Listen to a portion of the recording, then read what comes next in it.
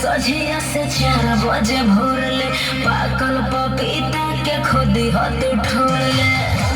के बादल सधाइले हमाज हो सुनी टुनटुना के बनल मिजाज हो आज भर रुक जा मड़ई में ढुक जा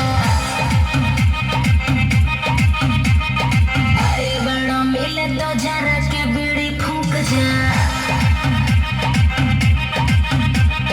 10 बजे सझिया से 4 बजे भोर ले पागल पपीता के खुदी हाथ ठोर